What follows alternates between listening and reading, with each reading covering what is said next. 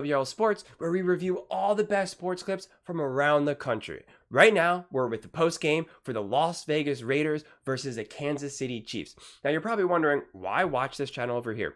Because over here, we actually care about your thoughts and your views. I read every single comment and respond to all of them, okay? If you think what I'm saying is amazing, let me know. If you think what I'm saying is the dumbest thing ever, also please let me know. Let's get into some discussions, let's get into some fights, but ultimately, let's just have some fun. And if you like this video, please don't forget to subscribe and please give it a thumbs up. It really, really helps with visibility. It's free to you. It means everything to me, and it's a huge help. So please check this all out. And without further ado, let's get to it.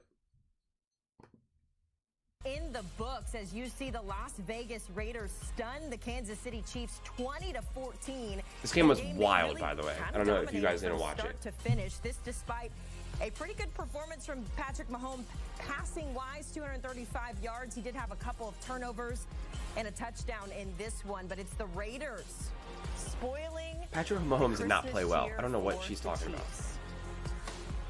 And let's welcome in one of the guys who was up in the booth calling this game, a very festive Tony Romo, joining us in his CBS Sports Christmas sweater.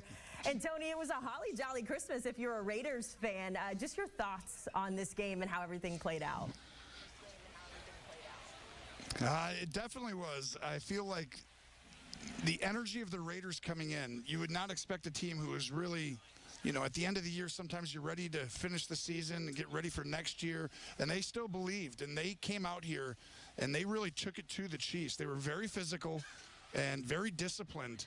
And I think that was the difference in the game, was just the physicality and how they took it to the Chiefs on both the offense and defensive lines.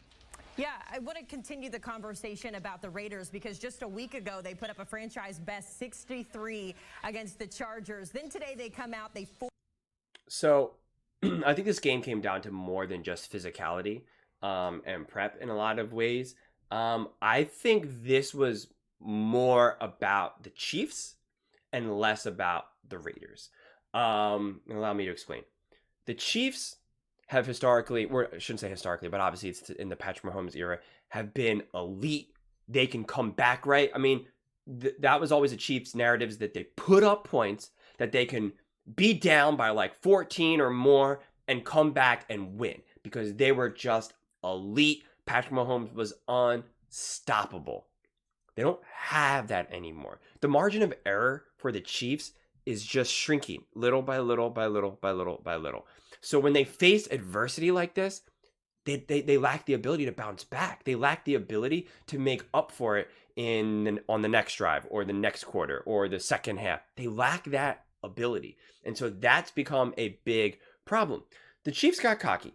They thought as long as we got Andy Reid, Patrick Mahomes, and Travis Kelce, it doesn't matter who else is on offense, right? Doesn't matter. We can get rid of Tyreek Hill, whatever. We can, get Juju for a minute. He's pretty good, but we don't really need him, whatever. Keep on going.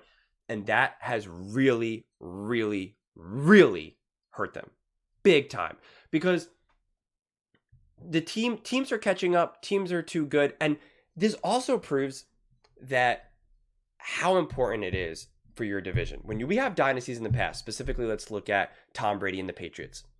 What Tom Brady was obviously elite and the Patriots were obviously elite, right? No ifs, ands, or buts.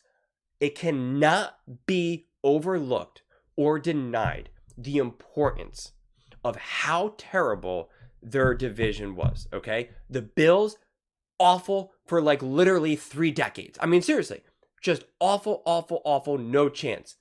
Then you have the Dolphins, awful, awful, awful, awful, awful, awful, no chance. Then you have the Jets that had like a handful of good years, right? A few flukes or whatever, right? With Mark Sanchez and maybe like Chad Pennington for a minute and stuff. I grew up going to Jets games, and so it's like kind of, but not really, right? That is huge. That's what the Chiefs are facing right now. If the Chiefs if they were just in a semi-competent division, right? If the Chargers were actually good and can do anything, they would be winning this division. If the Broncos were actually competent, if Russell Wilson was actually competent, they would be winning this division. I mean, so the Chiefs are getting such a gift that they get to completely fumble the bag here, and yet they still get to be leading the division. They're still obviously going to walk into the playoffs, and it's just like, that matters. That really, really does matter, because it is. Once you get into the playoffs, who knows what can happen, right? I mean, it's just, of course, the Chiefs can make a run in the playoffs and win it all, but it's just getting smaller and smaller and smaller, and they're being helped out. The football gods are, of course, on their back, right? I mean, it's just crazy, honestly, because the Chiefs should be a wild card team. They really should. They should be dropping, and they're just not, because everyone else keeps losing as well. So, of course. But this game, if you didn't watch it, I mean, you have Patrick Mahomes screaming at his offensive line, which is not his brand. That's not the type of leader that he is. So this is out of the ordinary for him. So that already now is going to be weird. If you ever played on a team, right, and your leader or your main player is one way, and then in the middle of the game or the middle of the week, right, suddenly they just change how they are, it's jarring.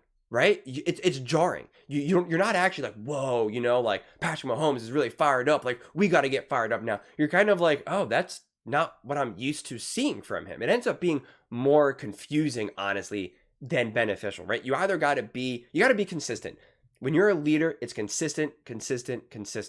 So the fact that he's now starting to yell at his players and yell at the refs and fight more with his coaching, I don't see that as him growing as a leader or getting his voice more. I see that as more of him being frustration and actually not who he is, honestly.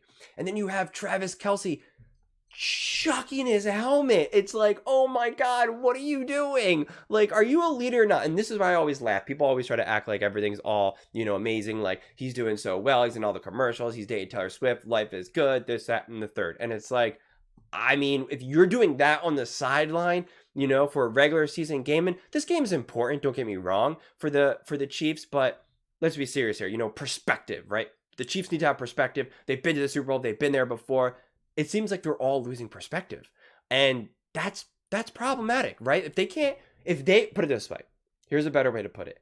If they can't face the adversity of losing, of having a back-to-back bad plays in a regular season game at home against the Raiders, why do you think you're capable of facing adversity in the playoffs, right? If your stars are going to be screaming, if you're going to be chucking their helmets, and then now they can't even get back out, if you can't face that adversity, technically, this is the best time to face adversity. You're home. It's not do or die. You don't technically need this win. And you're facing the Raiders, which is obviously a beatable team. It's home. It's beatable. The score is technically within range, and you're crumbling. It's not, it doesn't really make sense. So it's just, I don't know. This is not good. It's ugly. I'm not going to sound the alarm and say, oh my God, the Chiefs are screwed. They can't beat anyone. That's obviously not true. When you do have players like a Kelce and Mahomes and Andy Reid, you always have a chance. But I'm really curious to see what Nick Wright has to say tomorrow and a lot of these other people, because they talked about the Eagles. The Eagles are unraveling. Well, if the Eagles are considered to be unraveling, the Chiefs are really unraveling. Let me know when you see Jalen Hurts screaming at his players. Let me know when you see our player chucking our helmets, and going nuts like that. Like, you don't see that from the Eagles. You don't see that from the Cowboys, really. You don't see that from any of these other teams that have kind of lost, that have dropped the ball. The Bills. You haven't seen this from, I'm trying to think of other teams that have kind of had tough losses. And so the fact that you're seeing this from the Chiefs, I don't think it's competitive drive. I don't think it's, just their passion being fired up. I think, honestly, it's frustrations. It's fear.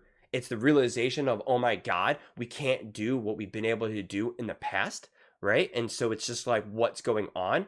And that's what happens when you have as much success as, Patrick Mahomes and the Chiefs have had so early on. I think you start to truly believe that you're unstoppable, right? Because you haven't been proven otherwise. So you just truly believe you can't be stopped. So when you truly actually finally face adversity, Patrick Mahomes is embarrassed. Seriously, back-to-back drives, 2 touchdowns in 7 seconds, of him giving it up, not obviously scoring it. He's embarrassed. He feels dumb. He feels stupid. Their fans are booing them, which is actually kind of crazy. That's actually, don't get me started on that. I think that's actually kind of low of the fans, because the fans can be frustrated, but like, bro, the Chiefs have been giving you year after year after year of amazing football, and now it's not, and you're gonna boo them. Like, that's kind of absurd, personally.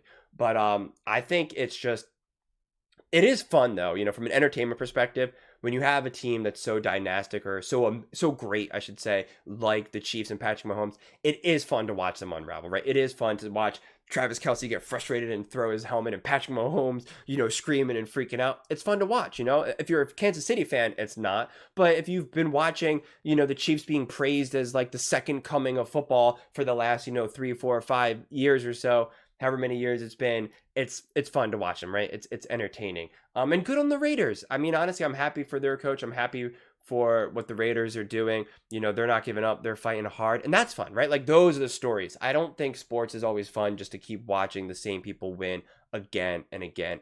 If you're not a Chiefs fan, do you really want to see Patrick Mahomes or Travis Kelce win their third ring this year? I mean, like, are you really like, oh, I really hope the Chiefs win? Like, no, it's fun to root for these other teams.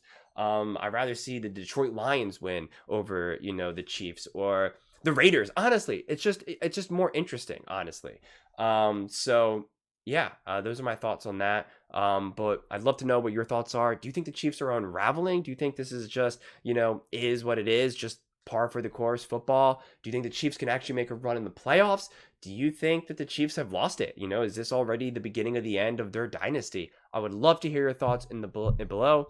Please don't forget to like, share, and subscribe. It means everything to me, and it's completely free to you. I'm trying to build a community here. We're in the process of doing it, and it's been so awesome so far. So please stick around and join. Thank you so much, and see you next time.